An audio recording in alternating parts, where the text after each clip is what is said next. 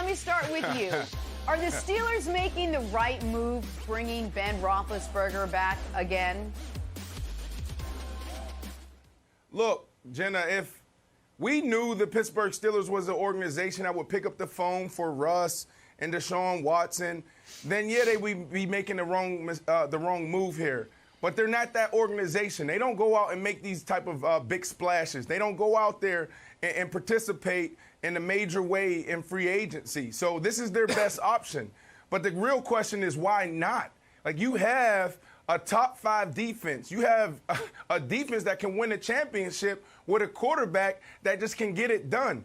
Big Ben, it's not that Big Ben can't get it done. That's not the issue. It's his stubbornness to be able, like, I want to hand the ball off, or I want to do things a little differently. He can't go outside of what the offensive coordinator wants to do. Now, I do believe they should sit down and try to figure out what works best for Big Ben, what works best for the offensive coordinator. But Big Ben runs the show, and he's been running the show for a very long time, and they haven't been back to the Super Bowl. So, Nick, I think that this is a start of a transition, and if Big Ben was somebody that would embrace more than yoga and more than a Stairmaster, he might find himself in a good position where he have a good season and maybe he play another year or two.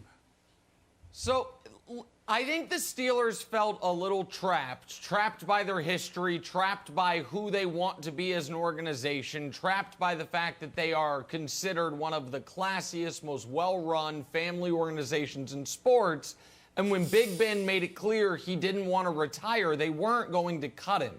And so I think what's instructive here is to talk about how the Steelers got here.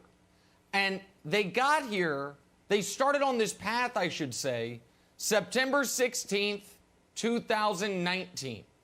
Because that's the day after Big Ben had torn up his elbow and they were 0-2, that they traded a first-round pick for Minkah Fitzpatrick.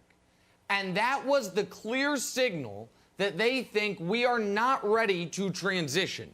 We are not ready to take the unexpected opportunity of our quarterback going down to just have a bad year and to get the next quarterback in the building. In fact, they doubled down on that team by trading away their first-round pick to try to make the defense even better. And by the way, Minkah is a spectacular player. Yep, but once you make that decision, you then, just to try to squeeze out an 8-8 year, which is what they did, that set you on this path here. And this path here was, well, I guess we'll bring Ben back. We don't have his replacement in the building. We don't have an obvious way to acquire his replacement. So he'll take $5 million less, and instead of eating our medicine with the cap this year, we're going to eat some this year and then $10 million next year when he's retired. But it's just wild. They left themselves without a clear exit path, and I do fear for them. They are about to enter the quarterback wilderness that, at least you and the Patriots will be able to say, hey, we're here too, so don't worry, along with your Patriots and a few other teams, no problem, because they don't have a way forward from here. Okay, but that's okay, because it's still the real Big Ben. Now, in addition to doing this show, we all have other side jobs. Like, Brandon has got his Health of Athlete empire. Jenna does some training over Zoom and stuff, so you can do a lot of burpees. Nick works for Maverick and Rich Paul. So we all do stuff. I do like a quarterback authentication service. So what you do is you send me your quarterback, and I look at the stats, and I look at everybody. I also do sneakers and watches, but I also do quarterbacks, and I tell you if that's an authentic quarterback. So last year, someone sent me Drew Brees. Like, hey, is this the real Drew Brees, or just sort of a high-quality variant? And I said, oh, I don't know, 41, and these little dink and dunk passes. This is not the real Drew Brees. Then someone sent me Tom Brady. I said, oh, no risk it, no biscuit, another Super Bowl ring. And that was the real Tom Brady. And the other day, the Steelers organization sent Big Ben to me. It's like, hey, Kevin, what's the story? Can you authenticate this Big Ben? I said, I have good news for you.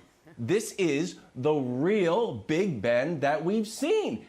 Threw for 608 passes, second most in his career. Led the league in passes per game, led the league in completions. And you're like, oh, but can he win? Yeah, went 12-3. So I am okay with the Steelers signing Big Ben, Nick. It makes sense. It's still the real Big Ben. It's not Broncos Peyton Manning. It's not Drew Brees, even though he might come back with that pushing that sled in that parking lot. I feel good with the Steelers signing Big Ben, Nick. Brandon, do you think this is the real Big Ben? Because I don't. I think those numbers are a little misleading. I'm not questioning Wild's authentication service, but I don't think it's the real Big Ben. That's what you're not questioning. No, Nick. It is the real Big Ben. No, don't forget what happened the last 4 or 5 games. The last 4 or 5 games, that's where most of those interceptions came in at. That's where a lot of those incompletions came in. He started off hot. They started off 11-0, Wilds. But what happened the second half of the season? Yeah. You know, he started trending in the wrong direction. So I think that is the Big Ben that we saw. And it's not just like, look, if Big Ben embraced morning yoga and the Stairmaster, I truly believe he can go out there and help his team win. But what happens with the understanding that we got to do it a certain way on offense, I don't think they have a true identity on offense. This is a team that's been known for years to power O and take a couple shots. They're not doing that. Big Ben is dropping back and throwing it over and over and over again. He's taking some shots down the field, but he's dinking and dunking as well. So, buddy, Nick, I think the second half of the season is who Big Ben really is. Well, if that's who he is moving forward, then they're screwed. Because the first half of the year, weeks 1 through 10, he had a passer rating north of 100. And the second half of the year, weeks 11 through the playoffs, he had a passer rating sub 90. And Wilds, I was listening closely to Wilds, the stats. He was like, he led the league in attempts and led the league in completions. That is not exactly necessarily a good thing, because a lot of those attempts and a lot of those completions were just extended handoffs. What was the book on the Steelers but by the second half of the year? They weren't running the ball at all. Instead, they were dinking and dunking, or attempting to dink and dunk their way down the field. Now, let me say something nice about Big Ben, which I don't often or always do. He clearly, and this isn't sarcastic, he clearly really, really does want to play. Because I understand the cap number and the signing bonus and avoidable year is confusing. Here's what everyone can understand. As far as cash dollars he is making from playing football this year, it's only $14 million. And for one of the 5 highest paid guys in the history of the NFL to sign up for another year, getting paid the least he's been paid for any year in a decade, I think does show he really does want to try to go out on different terms than the ones he would be going out on from the playoff loss against the Browns.